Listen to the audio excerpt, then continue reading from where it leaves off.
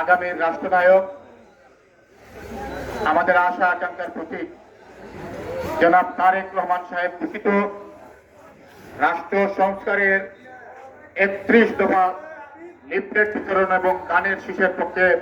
প্রচারণা পূর্ব পথসভার সংগ্রামী শ্রদ্ধেয় সভাপতি, উপস্থিত সম্মানিত বিশেষ অতিথিবৃন্দ, আমাদের ফেঞ্চুগঞ্জ উপজেলা বিএনপির নেতৃবৃন্দ, অঙ্গ সংগঠন সময়ের নেতৃবৃন্দ যারা ইতিমধ্যে বক্তব্য রেখেছেন, আমি সকলের নাম নিচ্ছি না, যেহেতু একটু পরেই এশার আজান হবে, আমরা লিফলেট বিতরণ করবো, এই জন্য আপনারা তাদের বক্তব্য শুনেছেন।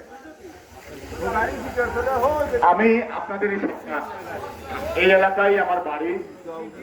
এটা এক সময় আমাদের মাইলস্টোন ছিল, একই ইউনিয়নে আমরা ছিলাম, এখন আপনারা উত্তর পশ্চিম ইউনিয়নে, আমরা একই উপজেলা একই নির্বাচনী এলাকার মানুষ। আমি এখানে এসেছি আমাদের নেত্রী দেশনেত্রী বেগম খালেদা জিয়ার